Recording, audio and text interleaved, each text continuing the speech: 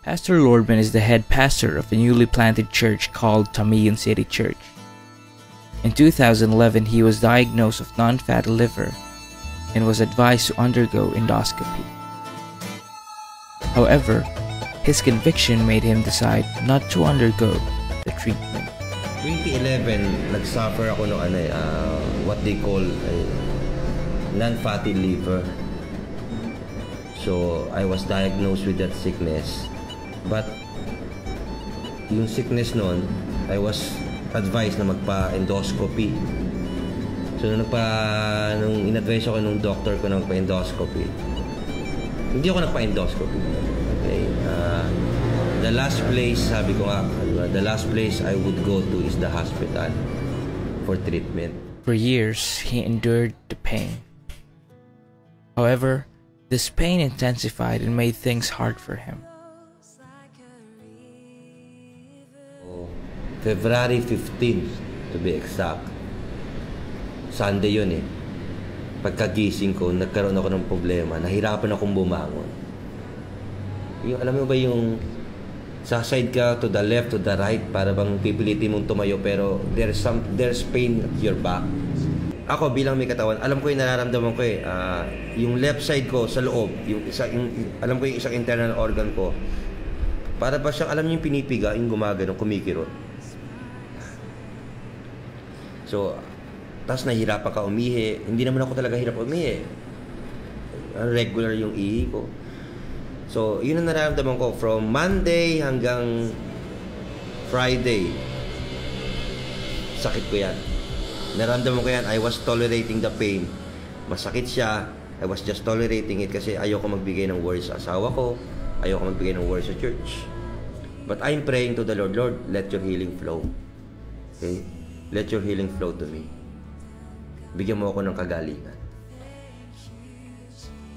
One morning, while Pastor Lordman was praying, God spoke to him. On that Friday morning, sabi ko, Lord, I need your healing today. I need your healing today. I need your healing today. And all of a sudden, a still small voice speaks to me. I have already healed you. When I hear that voice, sabi ko kay Lord, Lord, you need to confirm my healing. That day was the same day a fire conference that was hosted by Victory Churches of Asia Fairview.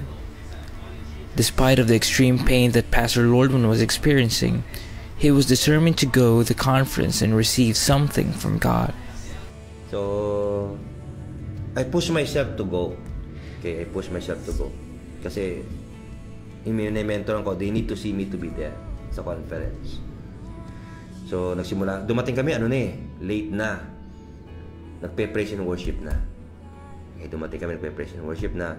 So, we are seated at the back, near the sound booth.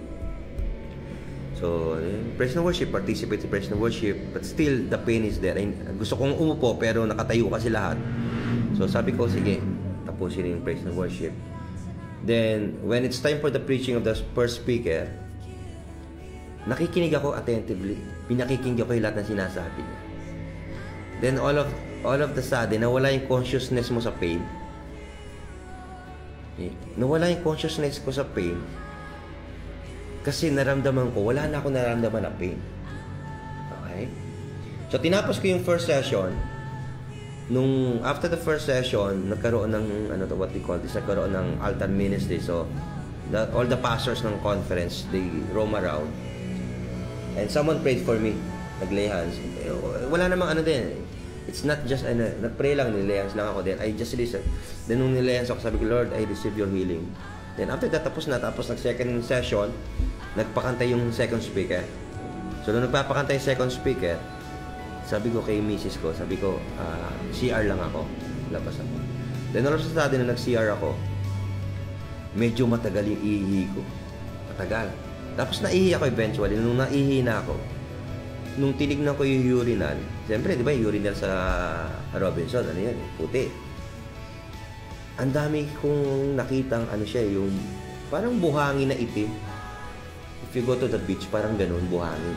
Ang dami. Tapos tinignan ko siya, sabi ko.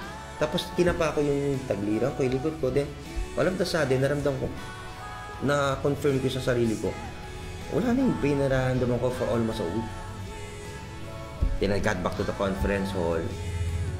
kinalabit ni Mrs. Sabi ko, ma, naihi ako. Puro parang mga buhangin yung inihi ko. Sabi niya, may nararamdaman ako ang pain. Sabi niya, wala na ako nararamdaman. Hey Lord, if there is any nagmamalfunction sa mga internal organs ko, Lord, sabi, the Bible, you can create new things inside me. But I know God, He created all things.